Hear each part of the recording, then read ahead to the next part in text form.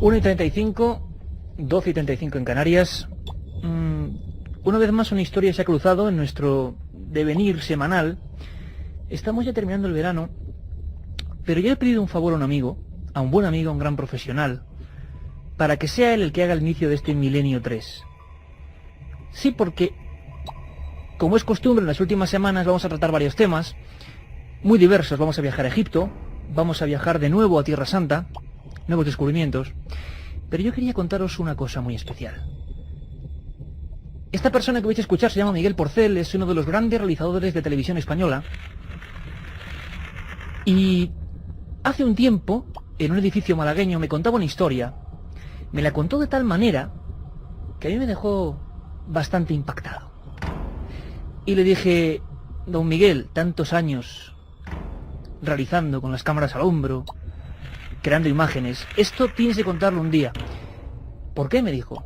No hay ninguna necesidad. Y yo le respondí: porque esto es el ejemplo típico de alguien que no cree en nada de esto y que un día se encuentra con lo extraño. Por ejemplo, en un hotel. Viajaban estos reporteros del mítico programa Código 1, presentado por Arturo Pérez Reverte, a cubrir en aquella época, hace ahora 12 años, un espantoso crimen en Gerona. Escuchamos. Estaba haciendo un programa de sucesos que se llamaba Código 1 en Televisión Española, y el director del programa, a dos compañeros míos y a mí, nos encargó un reportaje de un suceso que había ocurrido en Gerona. Era un día entre semana, un miércoles a las 5 de la tarde, invierno, frío, lluvioso en Madrid. Decidimos irnos en un solo coche, un camino de Gerona. En mitad del camino pinchamos la rueda, bueno, mil avatares, mil historias.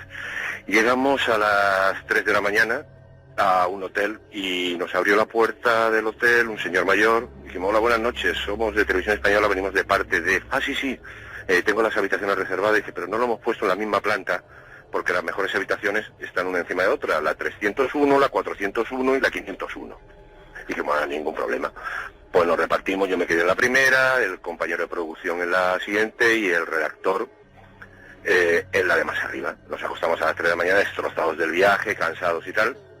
Y a la mañana siguiente quedamos a las 8 de la mañana para desayunar, para salir a grabar y a investigar el tema que nos llevó a Gerona.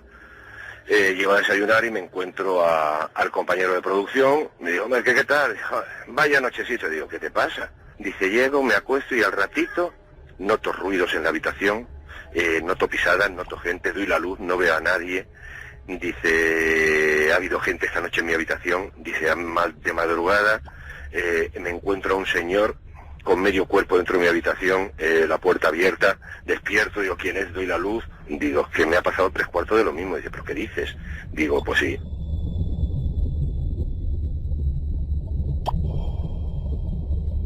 La descripción de ese compañero del equipo de reporteros de Televisión Española era un hombre, realmente no le vieron las piernas, era un tronco que se giraba y miraba hacia el exterior.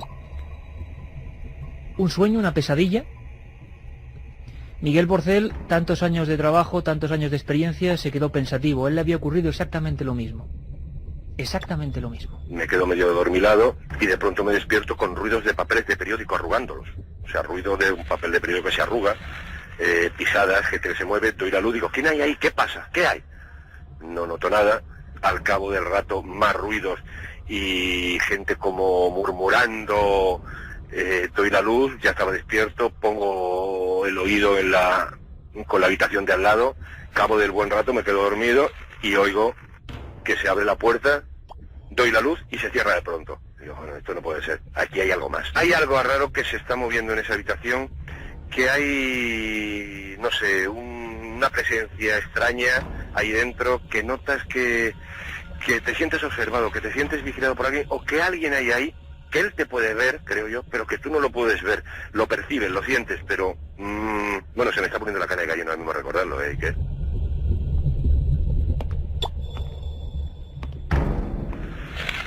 Y a muchos amigos de Milenio 3 estoy seguro que también se les está poniendo la carne de gallina. A mí se me puso la carne de gallina cuando me lo contaba.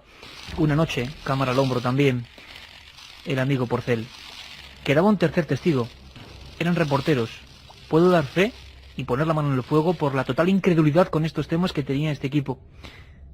Faltaba una tercera persona que bajó también aquella noche en ese pequeño hotel de Gerona, cuando perseguían la historia de una decapitación, de un crimen tenebroso. Bajó blanco como la cera. Se lo estaba contando al compañero de producción y al cabo de los 5 minutos baja el redactor. Digo, ¿qué tal? Dice, pues muy mal. Nosotros no dijimos nada. Muy mal, ¿por qué? ¿Qué es lo que ha pasado? Dice, pues nada. Dice, no sé lo que he hecho esta noche. Me acabo de enterar que si soy sonámbulo, no soy sonámbulo, no lo he sido en la vida. Dice, porque yo me he acostado en la cama de la derecha, he amanecido en la cama de la derecha, he oído ruidos esta noche y cuando me he levantado esta mañana, la cama de la izquierda estaba deshecha como si hubiese dormido alguien y la almohada de la cama en mitad de la habitación. Incluso las cortinas que las había corrido, la presión bajada, las cortinas corridas estaban descorridas. O sea, una cosa extrañísima. Los tres nos quedamos totalmente alucinados.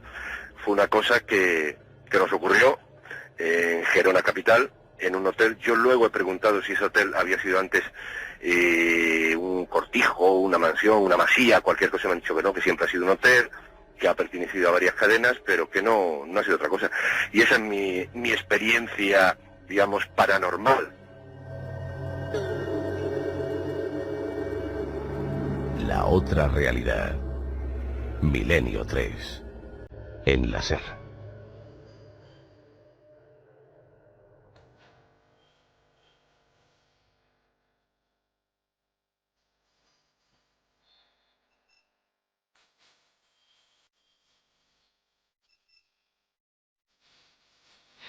Pues ahí estaba, una historia más, una de tantas. En esta próxima temporada que vamos a empezar con más fuerza que nunca, los testimonios, las escenas en primera persona, y además tan reales, sin darle ni obsesionarse con el tema, simplemente nos ocurrió. ¿A cuántos de vosotros os ha podido ocurrir? Hoy van a tener especial protagonismo, sobre todo cuando recuperemos el tema al final.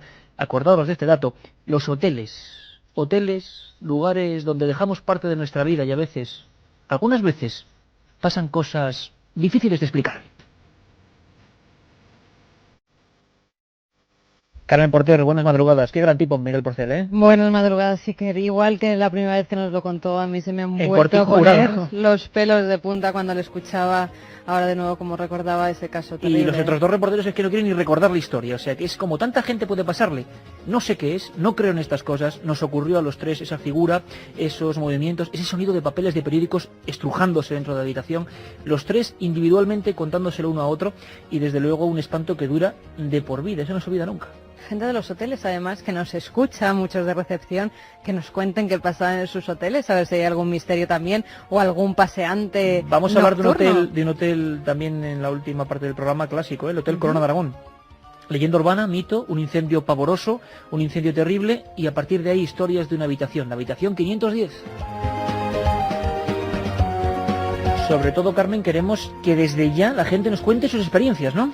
Claro que sí, que líneas abiertas como siempre, 7640, palabra clave, milenio, espacio y lo que vosotros queráis. Si tenéis alguna historia de hotel, de casa encantada que contarnos. Pero o si sobre nos todo de queréis hotel, hacer, no de casa, queremos de o hoteles, si de nos queréis apartamentos. hacer cualquier pregunta, cualquier sugerencia o pues decir cualquier tema que queréis que tratemos, ya sabéis, 7640, palabra clave, milenio, espacio y como siempre lo que queráis. Esta noche vamos a regalar 3 ejemplares de un libro que luego tocaremos pues las conspiraciones y un libro que ha escrito Santiago Camacho que se llama Top Secret, lo que los gobiernos ocultan, es de la colección El Archivo del Misterio de la editorial EDAP. 3 ejemplares entre todos los que escribáis al 7640, palabra clave, milenio.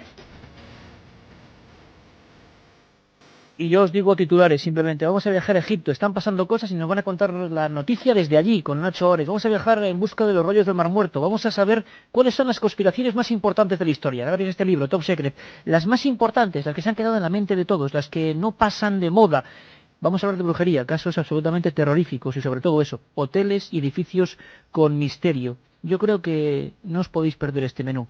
Comenzamos ya mismo.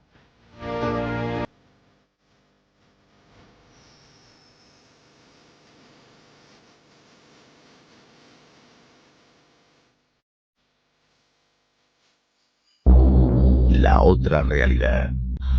Milenio 3. En la SER.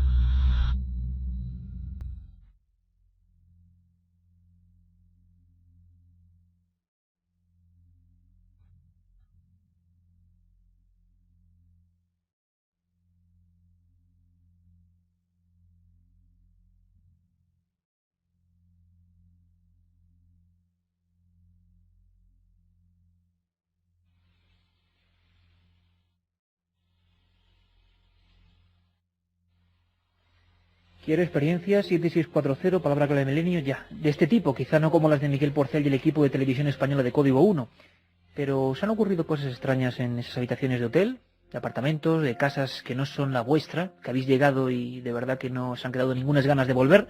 Queremos conocer vuestra experiencia. Y mientras tanto, yo creo que lo importante es saber que hay noticias nuevas en Egipto. Egipto siempre nos da noticias frescas, interesantes. Lo que tenemos ahora es una auténtica primicia en el sentido de que, ocurrirá dentro de un tiempo.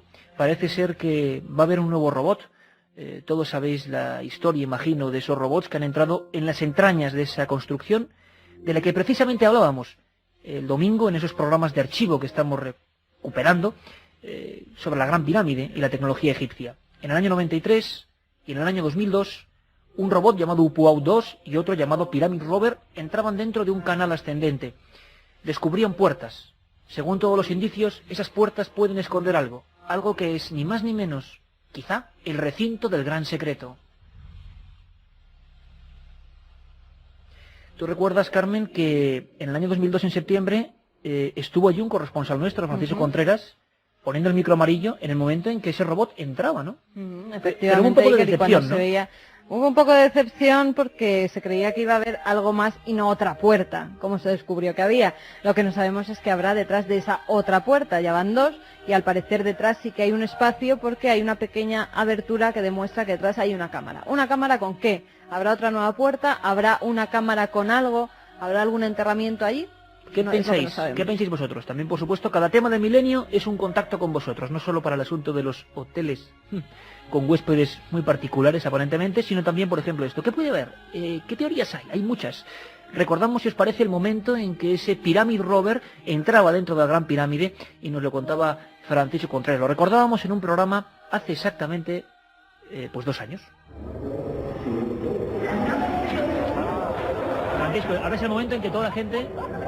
Fue el gran momento de la noche, que todo el mundo esperaba. Se está haciendo público el momento en que ese Pyramid Rover entra dentro. Había alrededor de unos 45 medios de comunicación acreditados, la cadena SER Milenio 3 era el único español, y fue un momento colosal, indiscutible, y pocas veces he visto algo así, ¿no? La expectación era de tal magnitud, es decir, la gente esperaba algo tan grandioso al otro lado de la puerta de Battenbrick que nadie esperaba llevarse un chasco así.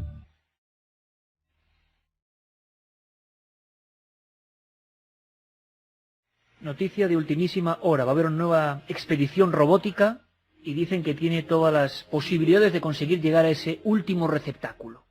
Unos hablan de tumba de un dios, otros hablan de tumba de un faraón como Keops, otros hablan de otras figurillas que no son Keops, abalanzándose en la teoría de que Keops no construyó las pirámides aquí. Teorías todas, no sé cuál será la vuestra. Rudolf Gantenbrink, el ingeniero alemán que dio la vuelta al mundo, sus imágenes dieron la vuelta al mundo, y ese pequeño robot se guarda hoy en el Museo Británico como uno de los grandes aportes tecnológicos del siglo XX, metió ese artilugio, ascendió el robot y vio aquella puerta con 2 pomos. Inmediatamente después, Rudolf Gantenbrink fue expulsado de Egipto porque se había metido donde no le debían. Rudolf nos hablaba así de aquel descubrimiento. Rudolf Gantenbrink, buenas noches. Buenas noches. ¿Cómo te encuentras? ¿Qué tal va todo? ¿Cómo ves todo esto que está pasando ahora mismo? ¿Qué opinas? Va muy bien, todo va muy bien. Para mí estaba muy interesado porque lo allá diciendo en 93 que cuando esto es una puerta, cuando esto es un portícolis, que pueden ser 3, uno después del otro. 3 puertas, una detrás de la otra, ¿no? Sí, Rudolf Gantenbrink fue el primero en informar que había 3 puertas. Lo han encontrado ya la segunda puerta. Hay una más, eso es seguro ahora. Rudolf, aquí en España nos hemos quedado todos muy impresionados, la gente no sabe realmente cuál es el misterio, e incluso ha habido un poquito de tristeza o decepción, porque la gente pensaba que ese robot iba a entrar, pues no sé, a una sala gigante con sarcófagos, con tesoros, y lo que vimos es una oscuridad, una especie de cámara. Rudolf, por lo que tú sabes, ¿qué puede ser eso? ¿Qué se ha encontrado ahora mismo? ¿Qué puede haber detrás de esa tercera puerta? Ahora lo puedo decir algo más, porque una cosa que es claro, que tenemos ahora 2 puertas. Entonces, cuando hay 2 puertas, tienen que ser 3 puertas. Y 3 puertas, portícolis, están siempre y solamente enfrente de una tumba.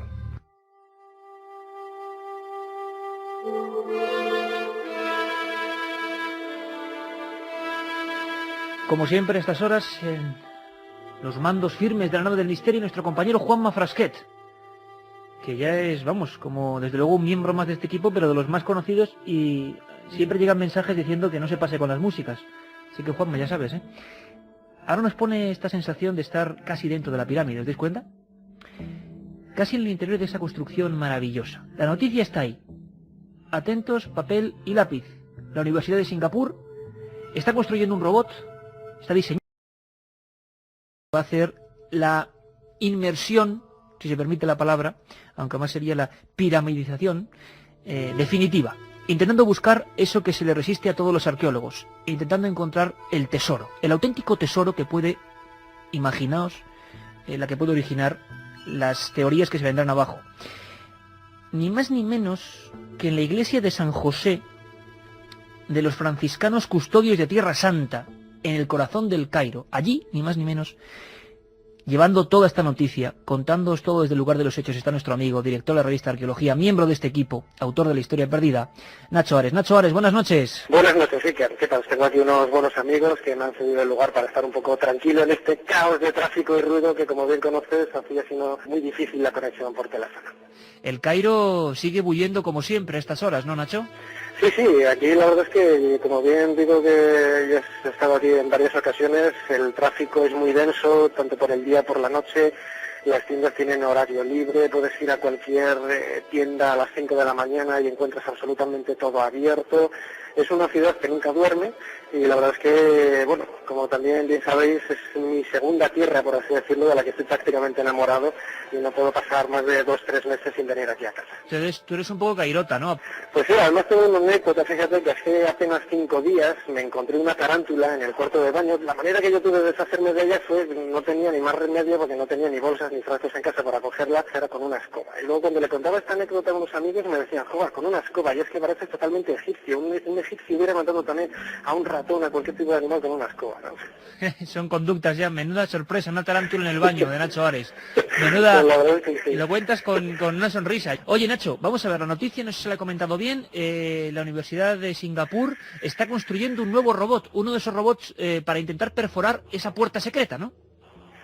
Sí, como seguramente que todos los oyentes conocen, en 1993 Rudolf Gantenbrink descubrió una puerta en el canal sur de los mal llamados canales de ventilación en la Cámara de la Reina de la Gran Pirámide. Por ese conducto de apenas 20 por 20 centímetros se ascendió un robot, el UPU 2, y se encontró al final una pequeña puertecita de piedra caliza con 2 pomos metálicos en su parte frontal, y no fue hasta hace un par de años prácticamente, hasta el 2002, cuando se realizó en septiembre una apertura en directo de esa puerta, pues con toda la parafernalia mediática que se montó gracias a National Geographic Channel. Y después de esa apertura lo que se descubrió es que, perforándola, había una segunda puerta que no tenía que ver nada con la primera, de un aspecto mucho más tosco, y ahí se quedó un poco el asunto, ¿no? Y 1 año y medio después ha saltado la noticia a los medios de comunicación, y era precisamente una de las razones que me hicieron venir aquí al Cairo, que la Universidad de Singapur ha llegado a un acuerdo con el Servicio de Antigüedades de Egipto para diseñar un nuevo robot con el fin de perforar esta segunda puerta, ¿no? Y a saber qué secretos nos puede deparar más allá de esta puerta. Nacho, ¿se sabe algo, no sé, sobre el plano o sobre las ideas de cómo será ese robot? ¿Cuál será su estructura? ¿Será muy parecido a sus anteriores hermanos UPU? Hace un par de días estuve con Mansour Boria, que es uno de los inspectores jefe de la meseta de Giza, y que estuvo trabajando junto con Zahid Hawass, director ahora del Servicio de Antigüedades, mano a mano en el proyecto de National Geographic, y Mansour me comentaba que la idea pues está en ciernes, no se tiene noticia, no es que se tenga noticia, únicamente es una idea que está en el aire, que efectivamente se va a llevar a cabo para que sea en el año 2005, eso hay que recalcarlo, cuando se realice esta apertura, pero lógicamente el robot tiene que ser muy parecido, porque repito un poco lo de antes, el conducto es muy estrecho, tiene apenas 20 por 20 centímetros, apenas, para que nos hagamos una idea, la anchura de un folio de papel blanco. y poco, bueno, prácticamente nada es lo que se puede introducir por este canal, y tiene que ser tecnología realmente muy sofisticada, y a través de la cual no solamente perforar una vez más esa primera puerta, que ya fue perforada hace un par de años, sino llegar un poco más allá y poder conseguir atravesar la segunda y ver qué nos depara una vez más estos misterios de la ciencia. Y Nacho, como siempre hay una pregunta que flota pues para todos, arqueólogos, historiadores, curiosos, como es mi caso. ¿Hay alguna teoría ya más o menos establecida sobre qué puede haber detrás de esa segunda puerta? Hombre, Masud que me comentaba que seguramente detrás de esa segunda puerta habrá una tercera. Es además algo que ya han comentado diferentes investigadores después de ver las imágenes de National Geographic Channel hace un par de años, ¿no? Y esto encuadra, como hemos comentado también en otras ocasiones en tu programa, Iker, con lo que es un poco la idea que tenían los antiguos egipcios de la arquitectura, de la manera de proteger esas cámaras en las que en definitiva no sabemos qué se puede encontrar en ellas, ¿no? Pero a través de 3 puertas era la manera de acceder a los lugares no ocultos, pero sí por lo menos protegidos desde el punto de vista de las creencias de los antiguos egipcios. ¿Qué hay en esa cámara? Pues la verdad es que tampoco hay mucho espacio entre lo que es la ubicación de esa segunda puerta y el exterior de la Gran Pirámide, así que tampoco hay, como digo, no hay sitio para la existencia de una nueva cámara, por lo menos de gran tamaño, y que seguramente, como vaticinan algunos egiptólogos, es muy posible que ahí se encuentre una especie de cenotafio, es decir, una tumba ritual, por llamarlo de alguna manera, bien de Keops o del verdadero constructor de la Gran Pirámide, si es que no fuera Keops, o de alguna persona importante relacionada con este monumento milenario. Lo que está muy claro, Nacho, es que la noticia es dentro de un año, ocurrirá dentro de un año, tú no estás adelantando y te lo agradecemos desde el lugar de los hechos, y sobre todo, Nacho, que si se tiran esas puertas, esa especie de barreras que pusieron los antiguos egipcios, estaríamos muy cerquita de eso que soñáis todos los que amáis Egipto, que es el gran secreto quizá de esa gran construcción, ¿no? Pues sí, seguramente que, como más de un investigador ha planteado ya, quizás las preguntas que plantea la Gran Pirámide tengan respuestas en esa habitación. Hombre, algunas personas del Servicio de Antigüedades, más para llamar la atención de los medios de comunicación, han hablado de que quizás dentro de esta habitación haya una serie de papiros contando la historia de la construcción de la Gran Pirámide, etcétera, ¿no? Pero yo creo que, como digo, esto es más mediático y propagandístico para llamar la atención de la gente que otra cosa.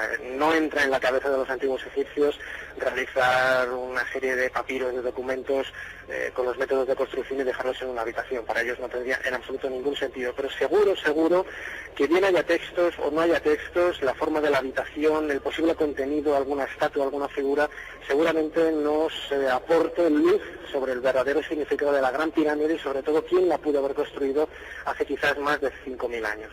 Nacho, pues mucha suerte, seguiremos de cerca la noticia, gracias por este adelanto informativo, y saludos a los padres franciscanos de la Custodia de Tierra Santa y a la Tarántula también, por supuesto. Muchas gracias, un abrazo desde el Cairo, Iker. Un abrazo, Nacho.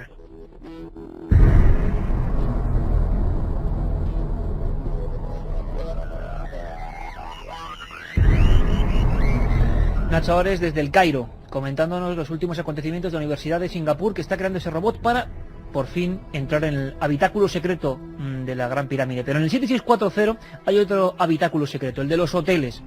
Como siempre, a reventar de testimonios. Solo unos pocos y empezamos la segunda hora con ellos. Carmen, ¿qué cuenta la gente? Pues sí, porque la verdad es que es alucinante. Hablaba antes Miguel Porcel de esos papeles que oía arrugar en su habitación. Bueno, pues Julia de Málaga nos dice: lo del ruido de papeles nos pasó a mi marido y a mí. Estábamos aterrorizados. Fue en nuestro dormitorio y, por supuesto, no había nadie. Pilar de Zaragoza nos dice: a mi marido se le apareció un hombre mayor de bigote cuando dormía en un hotel de la Costa Brava. Dice que no has pasado más miedo en su vida. Estoy trabajando en un hotel de Ibiza donde hay unas apariciones de la dueña del terreno y desde hace 20 años mueren 2 clientes por temporada. Ya ha muerto el primero. Trabajo en recepción en un hotel de Barcelona por la noche y a veces en un salón que hay veo una figura, pero desaparece rápido. También en la misma recepción veo la imagen que pasa cerca mío muy rápido. Volvemos enseguida, Carmen. Nos dejamos con los compañeros de los servicios informativos y volvemos con estos testimonios tan interrogantes. Si quieres viajar a lo desconocido, no dejes de leer El Archivo del Misterio, de Iker Jiménez. Los libros del tercer milenio publicados por Editorial Edad. Ya a la venta El Enigma Nazi de José Lesta, El Código B de David Zurdo, Top Secret de Santiago Camacho, Magos y Reyes de Marrey Bueno y El Camino de Santiago de Mariano Fernández Urresti. Si te gusta el misterio, esta es tu colección.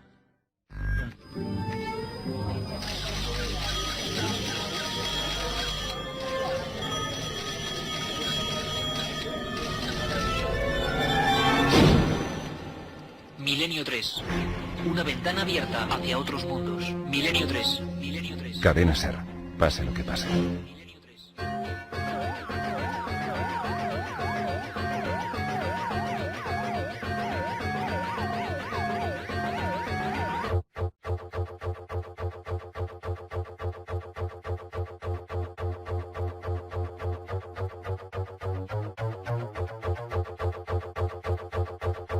2 y 6 minutos, 25,9 grados en el exterior de la Gran Vía y 1 y 6 en Canarias, que luego me he dado cuenta, escuchando grabaciones, que nunca saludo a mis amigos canarios con la hora, y tenemos muchísima gente en el archipiélago que es seguidora de este programa. Claro que sí, además igual dentro de poco estamos por allí. En muchos sitios vamos a estar, va a haber muchas sorpresas. Ahora Juanma Frasquet, en la nada del misterio, nos dice que nos vayamos centrando en los enigmas del ser humano, de nuestro hermano el hombre, los recovecos del cerebro. Pero antes, que yo acababa precisamente refiriéndome con una palabra, con un palabra de esos míos muy extraños, interrogantes, no eran más bien impactantes, ¿no? Lo que quería decir, que eran las preguntas de nuestros amigos del 7640. Y yo, fuera de antena, le decía a Santi Camacho, que es nuestro siguiente invitado: oye Santi, como amigos que somos, por encima de compañeros y profesionales, le decía: Santi, ¿cómo es posible que planteemos una pregunta y haya cientos de recepcionistas y de gente que está contando eso? Yo no sé cuánta gente escucha entre los recepcionistas, tenemos que tener una audiencia amplísima, Carmen. Vigilantes también, Sí, vigilantes. claro, también. Bueno, hay de todo, estudiantes hay un montón, ahora Sí, que vienen pero los que- exámenes de pero que septiembre. es curioso por la pero cantidad gente de- en recepciones que nos escribe diciendo cosas que han pasado en sus hoteles, muchísimas. Recordamos que viene ahora Santi con un premio. Sí, mensaje 7640, palabra clave milenio, que sorteamos 3 libros de Santiago Camacho, Top Secret, de la colección El Archivo del Misterio de EDAP. ¿Quieres que vayamos con más mensajes? Te ríes porque he dicho EDAP y es EDAP.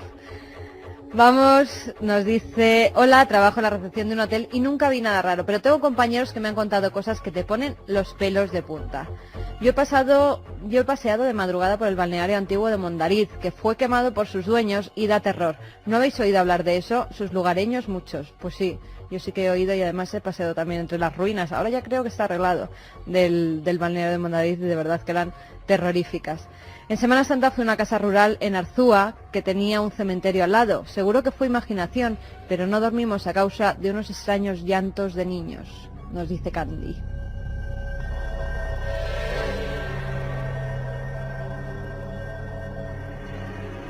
Yo trabajé en un apartahotel y en la habitación 113 se mató un cliente, y siempre que entraba en ella sentía un escalofrío por todo el cuerpo. Preguntar a la gente a ver qué pasa en una de las suites del hotel. No podemos No decir el vamos nombre, a decirlo, de un hotel de Santurce. Yo he visto orbes y algo más. Hola, soy un vigilante de Córdoba y presto servicio en un albergue y tengo una habitación que se encienden las luces y se abren los grifos solos. Josmi, desde Riviera, nos dice: en mi ciudad había un hotel viejo donde se ahorcó una niña. Ahora lo reformaron y dicen que por la noche, por los pasillos, se pasea esa niña. Mi novia trabajaba en un hotel de Bilbao y no había, no uno, sino varias habitaciones donde sucedían cosas. Había una en la que ya no se usa porque se oyen continuamente ruidos. Lo dejamos ahí, Carmen, seguimos recopilando información. Nos está ocurriendo como el día de las apariciones en carretera. Por cierto, yo adelanto que en las próximas semanas va a haber documentos muy fuertes. Y siempre esa conexión, que nos puede parecer macabra, entre lugares de dolor, lugares, bueno, pues donde han pasado cosas truculentas, y el misterio. Santiago Camacho es el autor, aparte de compañero de este equipo, el autor de Top Secret, entre otros muchos libros: Lo que los gobiernos ocultan, El Archivo del Misterio.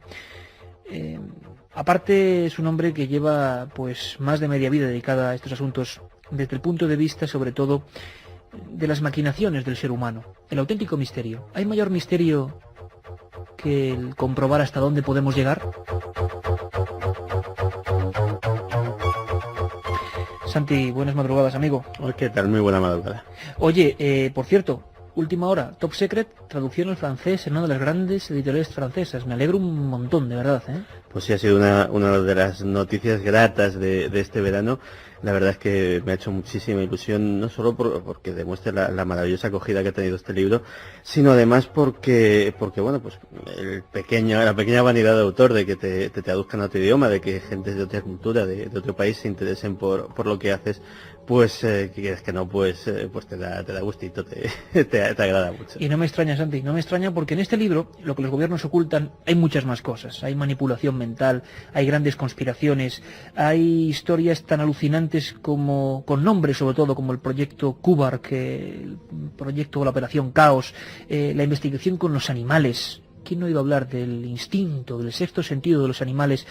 La mentira como arma, cómo se ha utilizado a lo largo del tiempo. Un libro que es de periodismo de investigación puro y duro. A mí me gustaría que hoy con Santi, que además ha coordinado un maravilloso monográfico para la revista de nuestro compañero Javier Sierra, Conspiraciones, ¿quién nos engaña?, que nos hiciera su top secret particular. A día de hoy, a las 2:11, en el siglo XXI, hay una serie de conspiraciones que jamás mueren, que están ahí, que son permanentes, que se autorrefrescan. Vamos a recordarlas, vamos a hacer el ranking. Y si empezásemos con un ranking, no habría la menor duda. Hay una que es la madre de casi todas las conspiraciones, de la que se sigue hablando cada cierto tiempo. Nosotros hacemos un programa sobre esta historia y hablamos con este personaje. Esta es la voz de Jim Garrison, aquel hombre que se puso a investigar la extraña muerte de JFK, aquel hombre que era un americano que acabó dudando de casi todo. Le escuchamos. Fue alrededor de 1966 cuando me desperté de mi sueño dogmático, porque como muchos estadounidenses, me parecía imposible creer que el gobierno de Estados Unidos pudiera mentir sobre algo así. Me despertaron dos cosas. Primero fue una conversación con el senador Russell Long. Charlando sobre el asesinato me dijo que no había manera de que aquel chico, refiriéndose a Oswald, hubiera disparado a Jack Kennedy y a Connally, como dijeron que se había hecho. Le dije, ¿quieres decir que la comisión Warren mintió? Dijo que sí, que fue una absoluta mentira.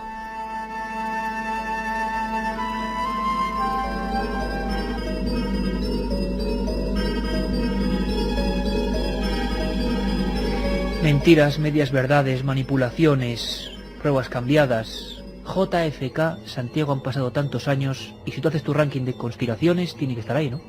Tiene que estar ahí y en primer puesto. De hecho, esa voz que acabamos de escuchar, ese hombre Jim Garrison, acabamos de escuchar a probablemente un héroe poco reconocido. No es ni mucho menos tan guapo como Kevin Costner, no es tan bien parecido, pero sí tiene intacto todo el coraje de ese personaje de la película JFK. Él representa mejor que nada la tremenda decepción que se llevaron millones de estadounidenses cuando comprendieron que en aquel país que era la cuna de la democracia tal como la entendemos actualmente, que es el abanderado de las libertades en todo el mundo, de repente había un poder paralelo. Había un poder paralelo que podía actuar impunemente y sobre todo que podía mentir. O sea, independientemente de que Oswald fuera o no, desde luego sí se descubrieron muchas mentiras, se descubrieron muchas ocultaciones, se descubrieron muchos puntos negros que nadie estaba interesado en aclarar. Y así pues fueron de decepción en decepción hasta llegar al escándalo Watergate, hasta llegar a la dimisión de Richard Nixon. Y ahora, de haber sido, curiosamente, antes de la muerte de Kennedy, pues un pueblo muy disciplinado, muy creyente en lo que decía su gobierno, iba a misa, muy bien socializado, que diría un erudito, pues ha pasado a ser todo lo contrario, ha pasado a ser uno de los pueblos más escépticos con respecto al poder, más críticos y que menos se fía de su propio gobierno. Esa es posiblemente más que nada la gran importancia del caso Kennedy, que marcó decisivamente un antes y un después para todo un pueblo.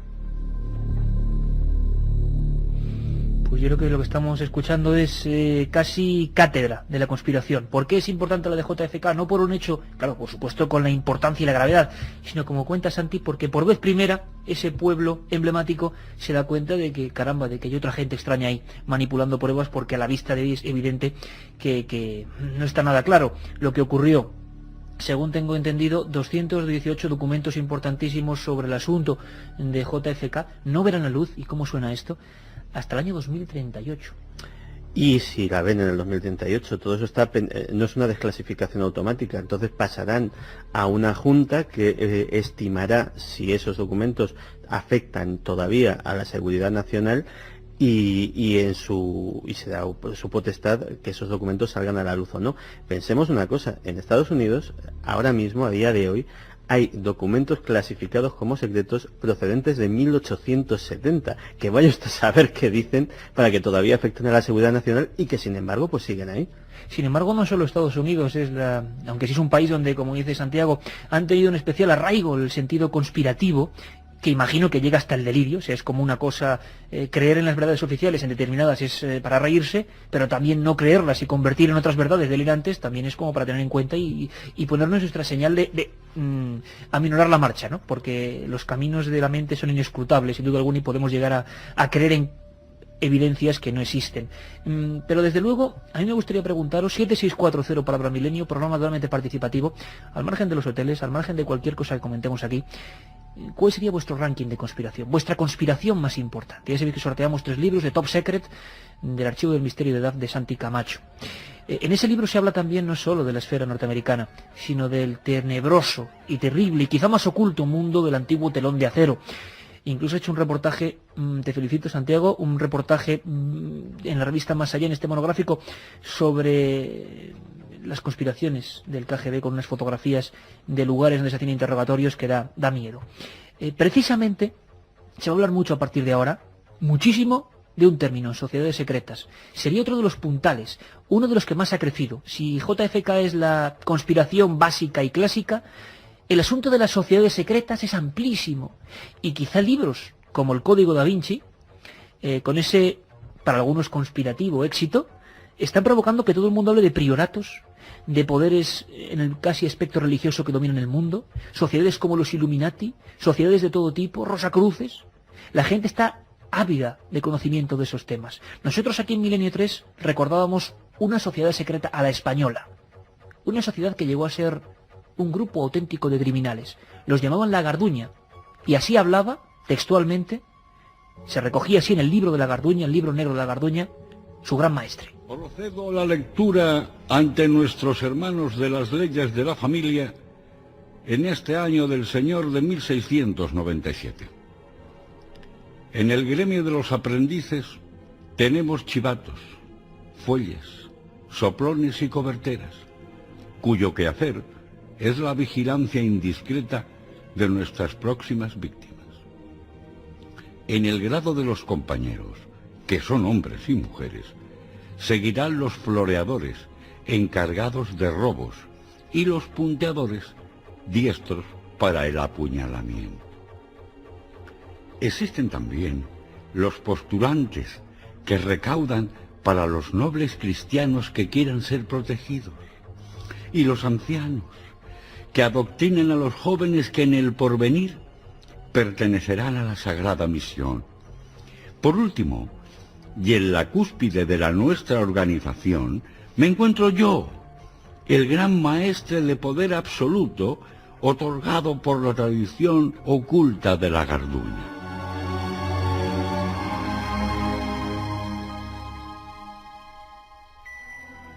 Milenio 3, en la SER.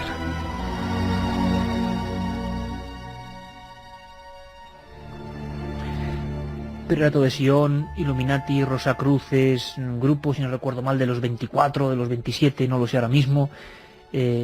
Máximo apogeo del interés, por lo menos, por las sociedades secretas. ¿Se corresponde con su actividad real o no?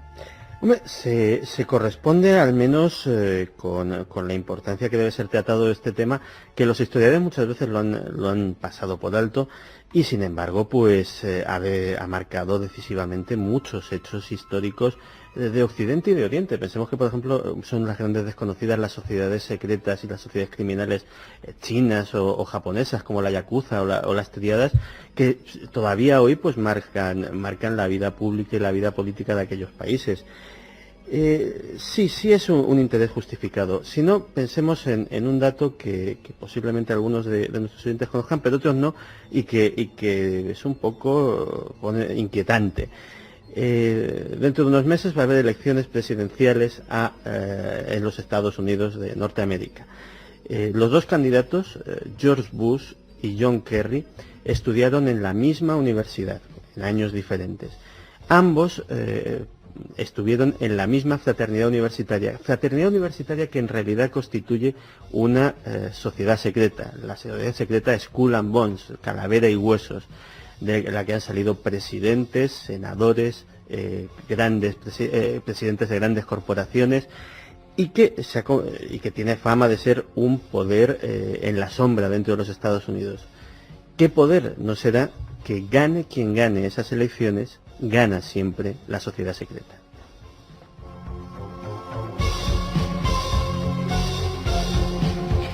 Muy brevemente, Santiago, porque esto es simplemente unas pinceladas. Es el ranking de Santiago Camacho, autor de Top Secret.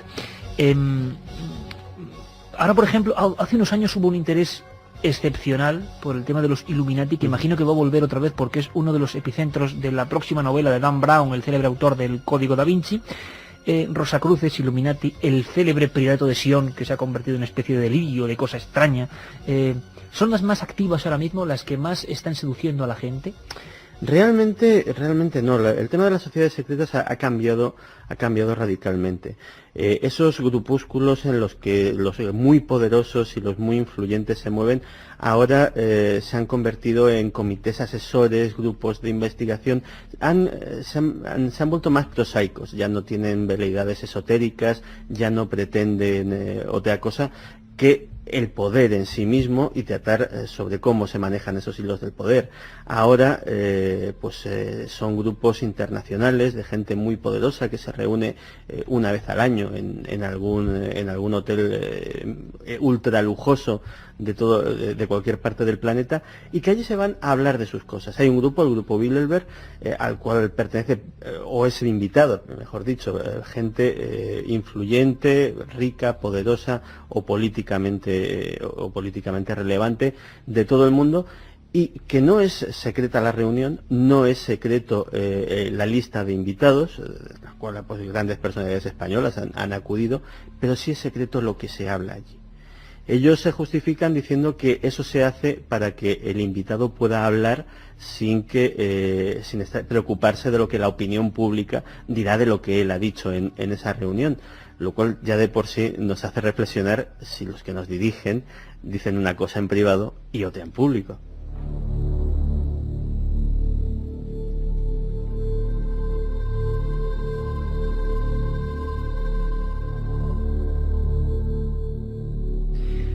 Quizá de ahí provenga esa conspiranoia, nunca mejor dicho, de ese otro poder o poder paralelo que es mayor que el poder político, ¿no? Y que el poder económico, o es todo al mismo tiempo, y que se reúnen receptáculos que están, por supuesto, ajenos a lo que es la opinión pública.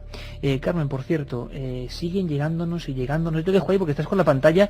Dale que te pego. Por cierto, ahora hablaremos también de pantallas y teclados, si te parece, Santiago. Sigue viendo, revolución en el 7640, ¿no? Ya me estoy poniendo malísima de los casos que nos están contando, de apariciones, de gente sentada en las camas. Coméntanos un par. Uy, es que hay muchos para elegir. También hay muchas preguntas para Santi, ¿eh? Vaya. Sí, Vamos ahora te las pasaré. Bego desde Huesca nos dice: a mí se me apareció en un hotel donde pasaba la noche de bodas una señora vestida de novia. Trabajé en un hotel del Albarracín. De día se cerraban las puertas solas, de noche se encendían las luces. Debajo de cafetería hay un cementerio templario. En Naveces, Asturias, hay un hotel en el cual se veían señoras vestidas de novia, hombres en el espejo, sonidos de carruajes y no había nadie ni nada, nos dice Chivo. Seguimos recopilando esas extrañas historias en lugares de paso, vamos a llamarlo así. Es otro experimento en vivo de Milenio 3, como el día de las apariciones en carretera, y nos estamos llevando una gratísima sorpresa, aunque también con una especie de escalofrío. Ahora voy a pedir a Juanma Frasquet que vaya recordando una canción importante que tiene mucho que ver con las siguientes conspiraciones.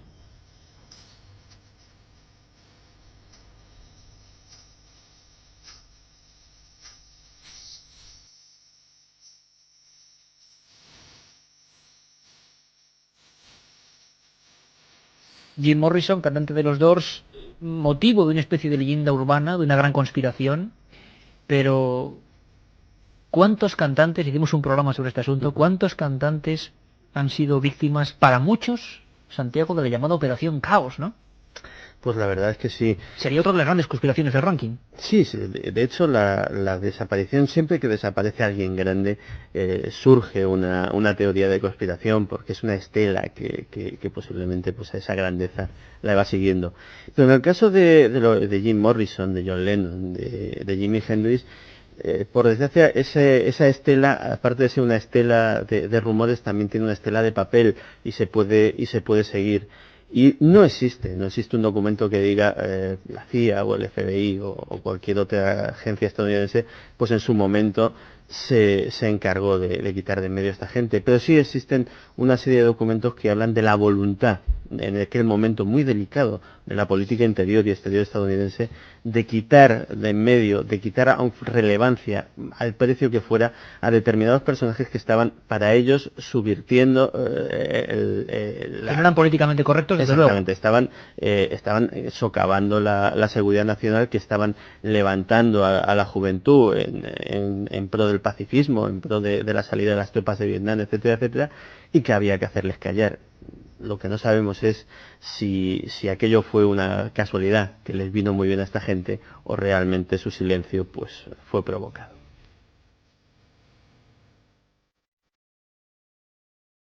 Jim Morrison, John Lennon, como decía Santiago, Jimi Hendrix, tanta gente que ha aparecido en libros, en estudios, algunos de ellos menos serios que desde luego el Top Secret de Santiago Camacho, pero siempre envueltos de la paranoia, del seguimiento que les hacían algunas agencias o corporaciones que vigilaban el buen sentido y la buena orientación del pueblo, en este caso, porque ocurrió en Estados Unidos, estadounidense. Intentamos en su día, y con Santiago Camacho lo hicimos, indagar en la verdad y el mito. Y nos llevamos auténticas sorpresas. Tú vas a recordar esto, Santiago, porque Joaquín Luqui, ni más ni menos, que interviene en ese programa, nos hablaba de cosas que pensábamos que eran meros mitos. Si alguien sabe en este país de música es Joaquín Luqui. Si ha conocido estas estrellas, alguien es él. Y fijaos cómo nos hablaba de otro personaje que se, digamos, relacionó con historias de las agencias de inteligencia, la gran conspiración. Joaquín Luqui nos hablaba de Elvis Presley. Porque Elvis era todo lo contrario, y de hecho, pues eso, Elvis, muchos piensan y dicen y tienen motivos y tienen pruebas de que era un confidente y era el típico chivatillo pues de Nixon, ¿no?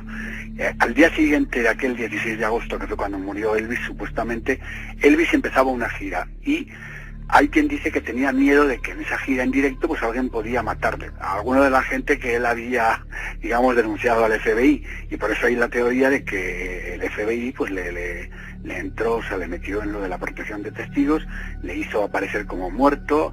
Hay pruebas obvias, el cadáver pesaba muy poco y Elvis estaba bastante gordo. Una semana después de la muerte robaron el féretro del cementerio y ni Lisa Mary ni la esposa de Elvis, la viuda y supuesta viuda, hicieron nada por recuperar el cadáver que se había robado. Había una segunda cuenta corriente que solo conocía Elvis, que empezó a moverse después de esa muerte. Había una cinta con la voz que, según los expertos, decían que pertenecía a Elvis, no a un imitador, sino a Elvis, y hablaba de cosas que sucedieron después de ese día 16 de agosto, en fin. Pues puede que muriera y puede que no muriera. El sonido de los ordenadores, el sonido peculiar que estamos escuchando, es el que nos advierte que entramos en un mundo, el mundo de Windows, ¿verdad? Cuando hacemos esta operación, por ejemplo, tan sencilla como coger un ordenador. Para muchos, cada vez que entramos en el casi diabólico mundo de los ordenadores, estamos ya directamente siendo partícipes de una conspiración. Internet, el gran altavoz para la conspiración. Y yo tengo curiosidad, Santi, si hay un personaje que se ha llevado todos los palos del mundo, de los amigos de la conspiración, ese es Bill Gates, el presidente de Microsoft. ¿Por qué? Pues a eso yo creo que es digno de que lo estudien los sociólogos, pero realmente si ahora mismo en Google o en cualquier buscador buscamos páginas anti-Bill Gates directamente y, por ejemplo, comparamos con cualquier otro personaje odiado en la sociedad estadounidense, por un ejemplo como puede ser Richard Nixon, que es uno de los grandes villanos del siglo XX. Comprobamos que hay mucha más gente que le tiene manía a Bill Gates que a Richard Nixon, por ejemplo, o que al propio George Bush. O sea, esto el poder de Bill Gates, sí, o el dinero de Bill Gates. En internet que es un medio de por sí amante de la libertad y que cualquier tipo de regulación es bastante alérgico a ella. Los asiduos que se mueven por él, pues ese poder omnímodo de Microsoft, que realmente, pues salvo algunos que optan por las poquísimas alternativas que hay, pues prácticamente nos afecta a todos los usuarios de la informática, pues les hace recelar y les hace pensar que algo de conspiración tiene que haber, y realmente hayla, pero es algo completamente visible, completamente real. Todo se debe a una política corporativa muy agresiva que cualquier experto en el mercado informático conoce, y que realmente, pues sí, nos ha hecho que la única alternativa sea ese imperio informático. Pero se llegaba a hablar, Santiago, a nivel personal, imagino que los más delirantes, que si el anticristo, que si códigos secretos. Eso era genial. Llegaron efectivamente a identificar, y había páginas web de una extensión absolutamente increíble, o sea, de decenas de páginas, de miles de horas de trabajo, ¿no? Sí, desarrollando la numerología, las claves, las pruebas de cómo Bill Gates era el anticristo, cómo coincidía con el 666 del Apocalipsis, cómo además esas claves estaban en sus productos, en los nombres de sus productos, en los logotipos de sus productos, en fin, que realmente todo esto supongo que al Departamento de Relaciones Públicas de Microsoft le habrá dado muchísima lata y le habrá dado muchísimo trabajo. Pero lo increíble, Santiago, es comprobar cómo la conspiración llega a ser casi motivo de vida de alguna gente que dedica 24 horas del día a desenmascarar a estos personajes, ¿no? A intentar demostrarnos la verdad. La verdad no se supo nunca en este rápido ranking de las grandes conspiraciones. Sobre todo podemos hablar de las grandes del siglo XX. En el siglo XXI están ya naciendo otras. Una de ellas, sin duda, es el fenómeno de los ovnis, que ahora mucha gente ve mucho más terrestre, que se habla precisamente eso, de un poder oculto, de un engaño, de un gigantesco y gran engaño para un estudio casi social de los comportamientos. Se empezó con una conspiración muy prontito, antes que con Kennedy. Fue cuando un objeto supuestamente extraterrestre para muchos, terrestre para otros, se estrelló en el desierto de Nuevo México. Nosotros recordábamos esta historia con un testimonio, sinceramente, de esos que todavía, ponen también la carne de gallina de un modo especial. Era Jesse Marcel, hijo, viendo a su padre, que fue el primero en transportar parte de aquellos restos, para muchos restos de una nave de otro mundo. Ahí empezó, año 47, una grandísima conspiración. Estas eran sus palabras. Nos despertó a mí y a mi madre para enseñarnos los restos que había cogido en el desierto. Estaba muy exaltado. Dijo que eran pedazos de un platillo volante. Había fragmentos que parecían de metal. Estaban retorcidos, como si los hubieran arrancado. También había piezas que parecían pertenecer a un timón. Recuerdo que tenían algo inscrito, unos símbolos grabados en la parte interior. En un primer momento pensé que eran jeroglíficos, pero si los mirabas bien, no se trataba de eso. No sé lo que eran.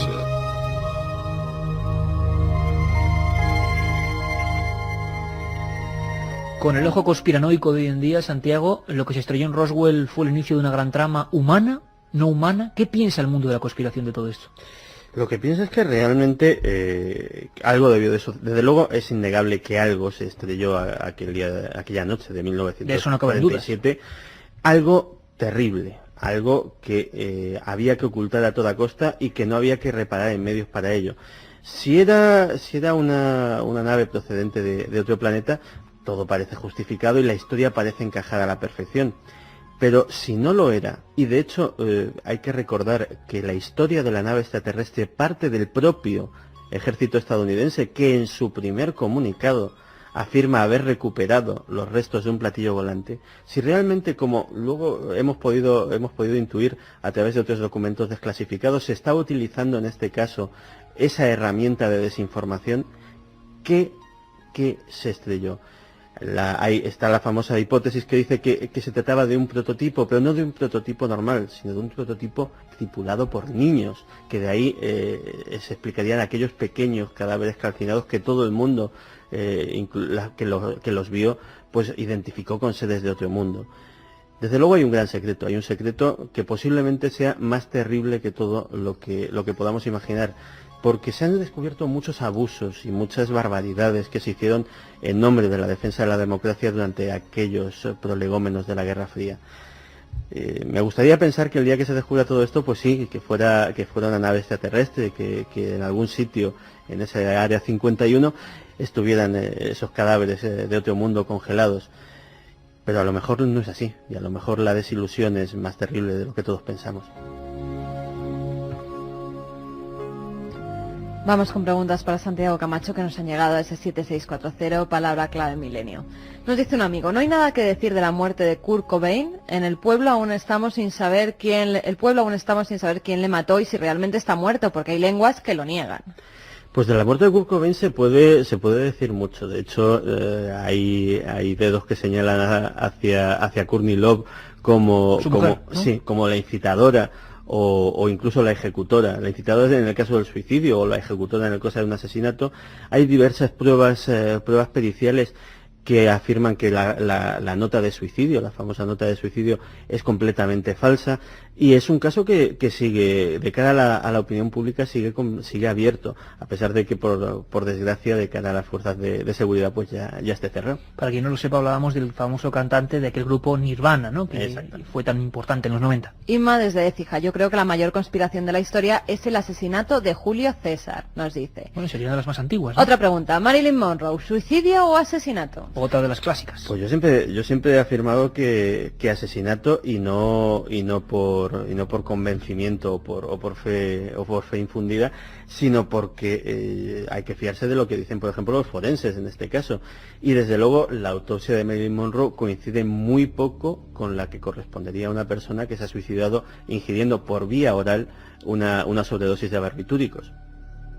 Más clásica también, Fede de Málaga nos pregunta, ¿qué ocurrió de verdad en la Luna? Bueno, Santi, hay que hacer un programa otra vez de eso. ¿Ocurrió algo? ¿Ocurrió? ¿Quién sabe? ¿Llegamos a la Luna? ¿No llegamos? Podemos decir brevemente, Santi, que es también hoy en día, quizá para el siglo XXI, de las más fuertes, ¿no? La insistencia de muchos en que el montaje fue eso, un plató para la llegada del Apolo 11, ¿no? Es increíble. Hace unas semanas celebrábamos el aniversario de este logro y efectivamente pues volvíamos a revisar las estadísticas, las encuestas, y existía ese impertérrito 15% de estadounidenses que siguen sin creérselo, y probablemente en países de fuera de Estados Unidos sea mucho mayor la cifra. Vamos a por más. ¿El intento de asesinato de Juan Pablo II fue fruto de la conspiración? Otra de las áreas del ranking de estas 10 que hemos más o menos destacado sería el mundo del Vaticano.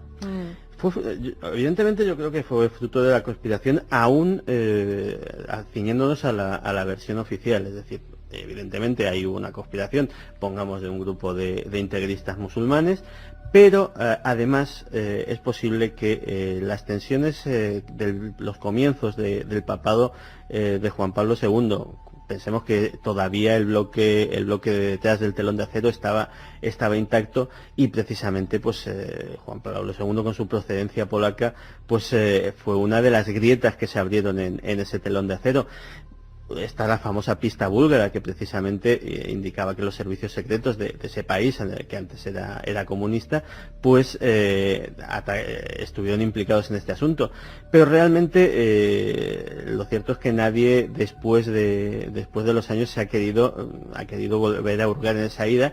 Y yo creo que el día que Juan Pablo II perdonó públicamente a su asesino, aquello fue el carpetazo definitivo para una historia que yo creo que nadie va a intentar resucitar.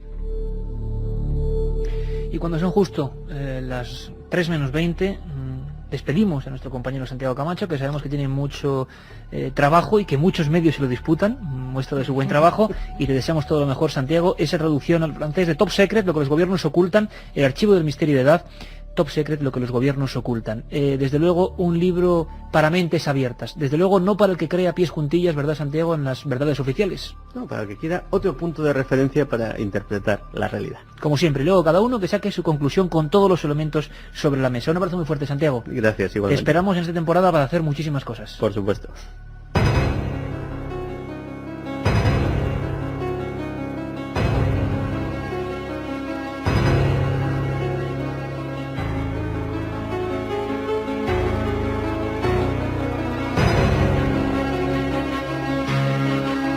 ¿Te parece que vayamos rápidamente y dinámicamente, Carmen, hasta Tierra Santa para saber qué ha ocurrido con el asunto de los manuscritos del Mar Muerto?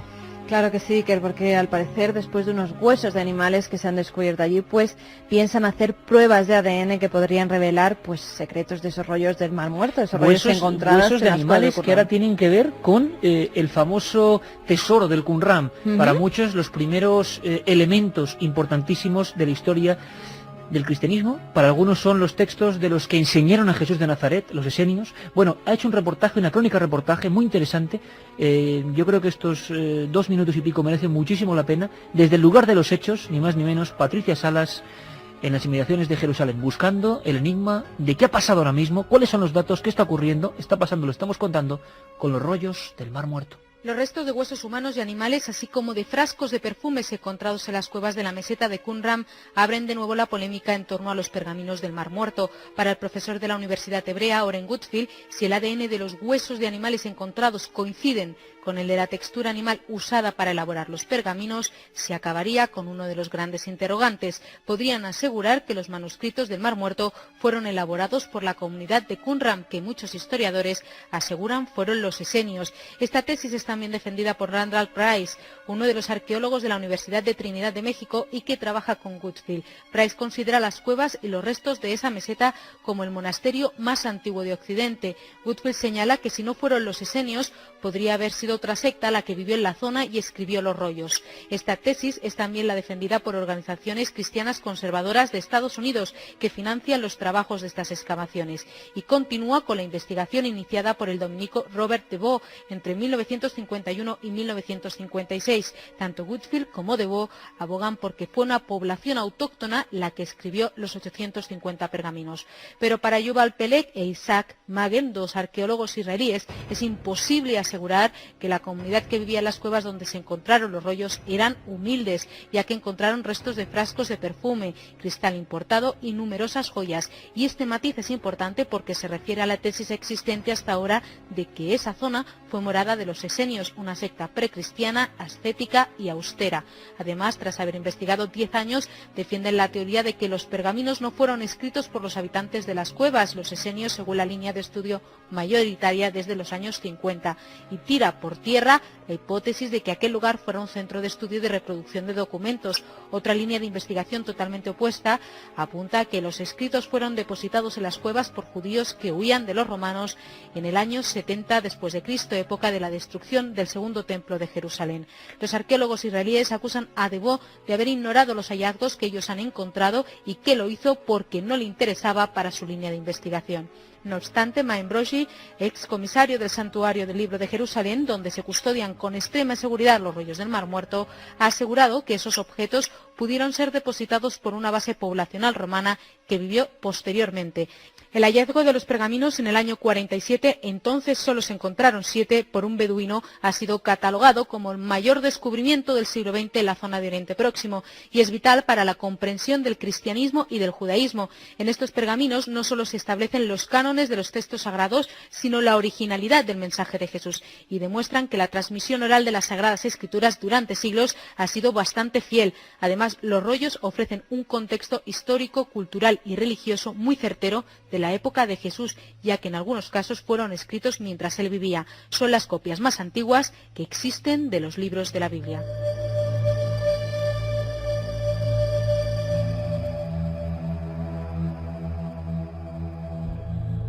Milenio 3.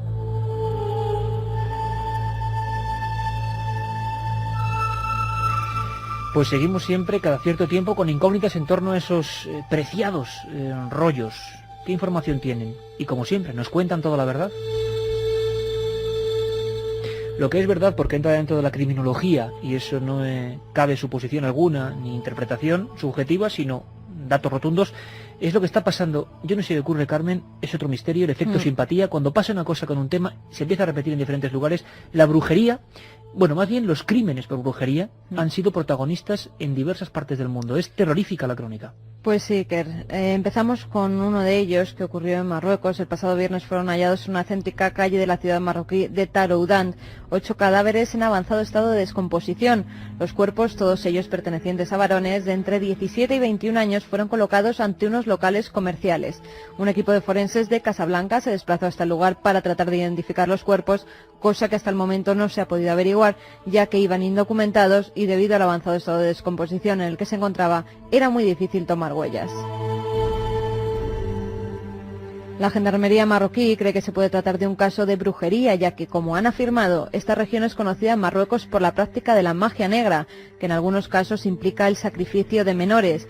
El hecho de que los asesinatos se hayan producido de forma escalonada, como sugieren los diferentes estados de descomposición de los cuerpos, hace más factible esta pista. Trazamos una línea recta, casi atravesando el globo, y nos vamos a Honduras. Ahí ha sido detenida una bruja, Carmen. Durante una redada llevada a cabo en la ciudad hondureña de Comayagüela, fue detenida Margarita Sánchez mientras se encontraba en una vivienda realizando un ritual de tipo satánico. Según los agentes de la Dirección General de Investigación Criminal, en el momento de ser detenida, la mujer tenía en su poder varios puros, velas de colores y cacerolas con cenizas, con las cuales realizaba los conjuros que le pedían sus clientes. La mujer fue detenida pues gracias a las denuncias de algunas personas a las que había realizado este tipo de ritos y que al parecer se sentían timadas por la supuesta bruja. En Honduras la han detenido. En Marruecos parece que han matado a 8 personas, ni más ni menos. Pero es que en la India no se han contentado con detener, sino con torturar. Daneswari Devi, de 60 años, fue atacada el pasado 26 de agosto por haber acabado con la vida de un joven mientras realizaba un ritual de brujería. La mujer, que pertenece a los Dalit, que es la casta hindú peor considerada por su bajo estrato social y económico, fue arrinconada en Bihar, la ciudad donde vivía, por familiares del joven. Tras atarla, la rasuraron todo el cuerpo y la torturaron. También la hicieron caminar desnuda por toda la localidad. A veces da la impresión que todavía estamos escuchando estos gritos, estos lamentos, viviendo en el paleolítico, ¿no? Da la sensación cuando uno simplemente echa un ojo a los teletipos. Hay historias maravillosas de innovación, de superación. El ser humano está pues descubriendo secretos, como ocurrió en la Gran Pirámide, como ocurre en los rollos del Mar Muerto, pero luego nos encontramos con ese otro ser humano también, absolutamente ancestral, primario y que mata. Pues fíjate, un vidente ha matado a 10 personas en Pekín. Un supuesto adivino mató a 10 personas y vendió sus cadáveres a un intermediario por precios que oscilaban entre los 120 y los $964. En los últimos meses, la policía de Dingpu recibió varias denuncias por la desaparición de 10 hombres adultos, pero nadie podía imaginarse que habían sido asesinados y sus cadáveres vendidos. El presunto asesino es un vecino de la localidad, apellidado Ling, tiene 34 años de edad y de profesión vidente, según él ha declarado. Debido a las denuncias que los familiares de las víctimas habían llevado a cabo, la policía empezó a investigar y a vigilar de cerca los movimientos de este sospechoso. A mediados de este mes era detenido mientras intentaba vender uno de los cadáveres en la ciudad cantonesa de Santú. Ling confesó todos los crímenes y declaró que había conseguido engatusar a los 10 hombres para llevarlos hasta su domicilio y que una vez allí asfixió a unos con una cadena y a otros los envenenó. Una vez cometidos los crímenes, Ling contactaba con el intermediario, que también ha sido detenido, y se los vendía. Este a su vez los revendía a compradores que necesitaban cadáveres para incinerar. Fíjate tú la picaresca, Iker. Según la policía, dichas quemas, dichas incineraciones, servían para dar legalmente por muertos a delincuentes perseguidos por la justicia y ayudarles así a escapar. Hombre, aquí lo curioso, y permitidme esta broma macabra de lo ocurrido en Pekín, es el vidente les mata, y antes de matarles desde el futuro. ¿Y qué les decía? ¿Vais a morir?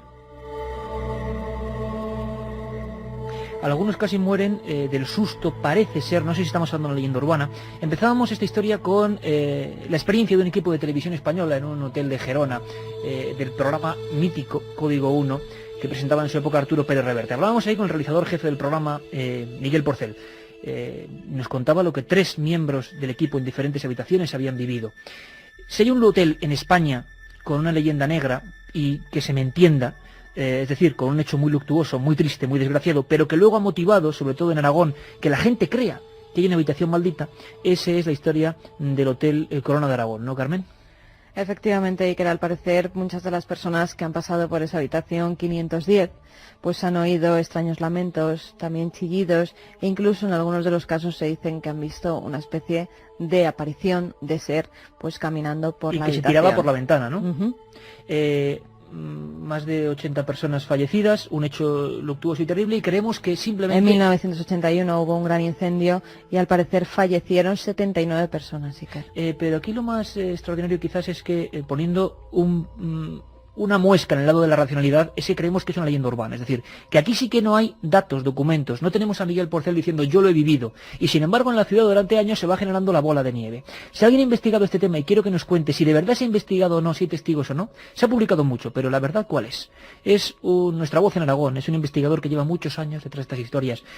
Queremos preguntarle, queremos saber qué ocurrió en ese hotel, si realmente se sabe, no se sabe, se quiere ocultar. Ángel Briongos, buenas noches. Hola, buenas noches, Iker. Oye, Ángel, Corona de Aragón, un incendio pavoroso, un acontecimiento terrible que imagino que sigue pues muy adentro de los recuerdos de la mayoría de los aragoneses, ¿no? Pues sí, la verdad es que sí, porque como todos saben, pues allí murieron muchas personas, ¿no?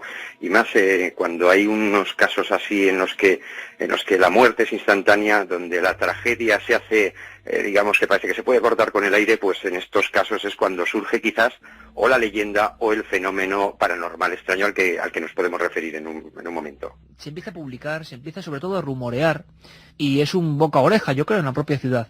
Se empieza a decir en Zaragoza que hay una habitación de ese Hotel Corona de Aragón que nadie quiere ni coger, ni los propios empleados casi practicar la limpieza habitual, que pasan cosas, ¿no?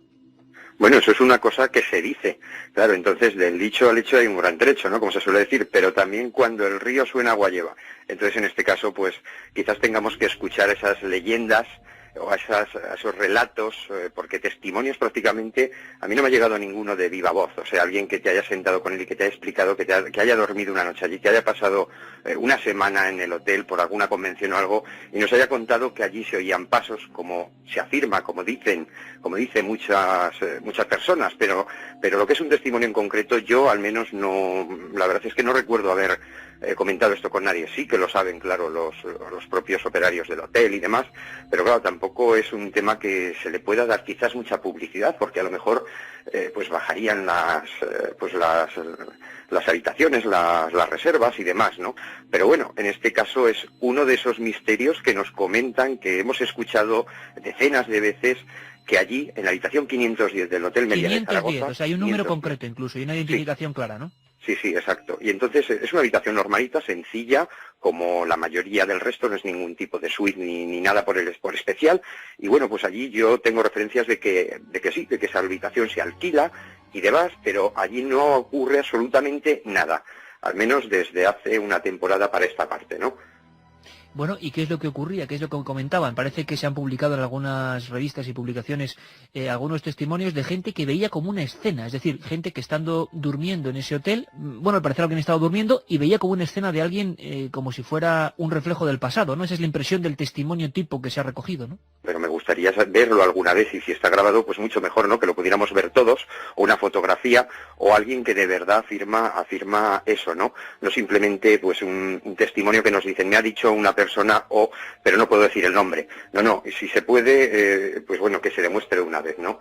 La publicación hablaba, Ángel, de una persona que se levantaba en mitad de la noche y veía a alguien que se acercaba a la ventana, ¿no? Como espantado, como una sombra, como si estuviera siendo víctima del fuego, y que o se arrojaba por la ventana o la imagen desaparecía junto a la ventana. ¿Eso os ha llegado a los investigadores o es algo que los investigadores conocéis desde hace cuánto tiempo? ¿Casi después de la tragedia mismo o nació años después?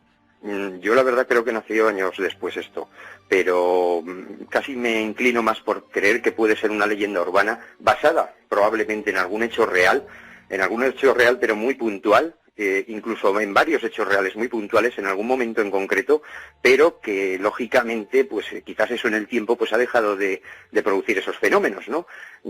Yo quiero dar fe y crédito a esos testimonios, ¿no? A esas leyendas, digamos, que nos llegan, ¿no? De haber escuchado de uno y de otro, ¿no? Porque todo el mundo lo comenta, y más en Zaragoza los que están un poco más interesados en estos temas, pues lógicamente pues tienen conocimiento de que, ¿no? De que había pasado y tal.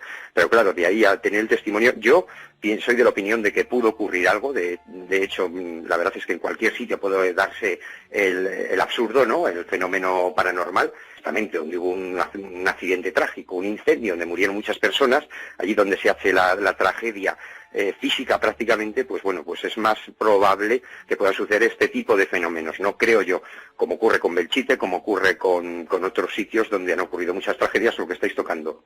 Oye, Ángel, y por último, lo que sí hay que dejar claro, porque nuestro programa en estos aspectos se puede volver hasta desmitificador, es que a día de hoy no ha habido ninguna investigación directa de investigadores o periodistas o interesados en el fenómeno en la propia habitación, ¿no? Es decir, no ha habido nadie que haya implantado allí grabadoras, que haya estado una noche, no ha habido noche de vigilia y de investigación. Hay que dejar claro que todavía no se ha hecho, ¿no? Pues yo no tengo constancia, y creo que los investigadores no tenemos constancia ninguno de que se haya hecho algo allí. Don Ángel Briongos, poniendo los puntos sobre las sillas de una historia que forma parte ya de los mitos, de las leyendas, y quizá dentro de 100 años se comente como eso, entre la bruma de la realidad o simplemente datos sueltos por el propio dolor de una tragedia, y siempre, bueno, pues el misterio acompaña algunas tragedias. Ángel Briongos, desde muy cerca del lugar de los hechos, en pleno corazón de Zaragoza. Un abrazo muy fuerte, compañero. Un abrazo a todos. Otra realidad. Milenio 3. En la SER. Vamos con mensajes. Un amigo que nos dice: soy de Pina, Zaragoza, me llamo José Sancho y me caso el día 10 de septiembre y la noche de bodas la paso en el Hotel Corona de Aragón y estoy loco por oír lo que contáis. Bueno, a ver, ¿qué tal pasa la noche? Ya nos contará. ¿Qué misterios guardan las residencias? ¿Es cierto que hay enterramientos bajo el Corona de Aragón relacionados con los sucesos de la habitación 510? Como vemos, y nosotros por supuesto, además sabemos de la solvencia total del grupo que lleva ese hotel y no queremos provocarles ningún problema, pero lo cierto es que eso está en la calle, es decir, que en Zaragoza, en las prensas, se han hecho muchos reportajes en torno a esa historia. La sensación que tenemos, como decía Ángel Briongos, que mucho ruido y pocas nueces. En un hotel de Canfranc se suicidó un militar y era secretario. A veces se oye la máquina de escribir y se ve una figura. Lo que yo estoy alucinando de verdad es la cantidad de gente que ha vivido experiencias en hoteles. Soltábamos el cebo con Miguel Porcel. Pues sigue alucinando. Yo he trabajado en la cocina de un balneario y nadie se atrevía a entrar solo al comedor por miedo a encontrarse sentada a la vieja del moño. Hola, yo estuve en un hotel de Portugal y noté cómo alguien se sentaba en mi cama, se inclinaba, noté algo que supuse era una mano cerca de mi espalda. Bueno, en Portugal hace poco, en otro hotel viejo, estaba nuestro compañero José Manuel García Bautista. Adelantamos que esta semana íbamos a tener toda la investigación, lo postergamos porque estamos analizando ahora los resultados físicos, grabaciones de esa investigación. En Portugal mucha gente, sobre todo por la zona de Sintra, han vivido cosas curiosas. Soy Fede de Málaga, soy guardia de seguridad en un hotel de Torremolinos y en la discoteca del sótano ocurren cosas y apariciones. Hay fotos. Vale, pues si alguien tiene fotos, desde luego, Milenio 3 con número, siempre Milenio 3 junto, el 3 unido a Milenio, milenio3@cadenaser.com para cualquier material que queréis que podamos pasar a nuestros amigos y analizarla. Vamos rápidamente con los 3 ganadores de Top Secret, Carmen. Vamos con los ganadores que nos dicen Cristian de Madrid. Nos dice: yo en un hotel de Sagunto este verano me despertaba siempre con los visillos corridos y los cajones abiertos. Solo aguanté 3 noches. Pues un libro de Top Secret va para él. Antolín de Sevilla: en un hotel de Mérida había una mujer vestida de blanco sentada en el suelo gritando "vete" y sangrando por los ojos. Me fui. Vaya recepción. Pues sí, y el último va para un amigo que nos decía: yo he trabajado en la cocina de un balneario y nadie se atrevía a entrar solo al comedor por miedo a encontrarse sentada la vieja del moño. Ah, ¿el que acaba de escribir? Sí. O sea, le ha tocado el que ha hecho la pregunta. Bueno, pues Top Secret, lo que los gobiernos ocultan. Hoy empezábamos con esta experiencia humana sobre todo. El testimonio va a ser muy importante y estamos ya a muy poquito tiempo de empezar la tercera temporada de Milenio 3. Será un auténtico placer. Tenemos un montón de sorpresas, de novedades, de historias, pero siempre estamos abiertos a que vosotros modifiquéis este programa. El domingo recuperaremos otro archivo. Como estamos haciendo en todo el mes de agosto, otro archivo, en este caso una historia apasionante ocurrida en Chile con militares, con sus voces. Nos vemos, un abrazo muy fuerte, compañeros.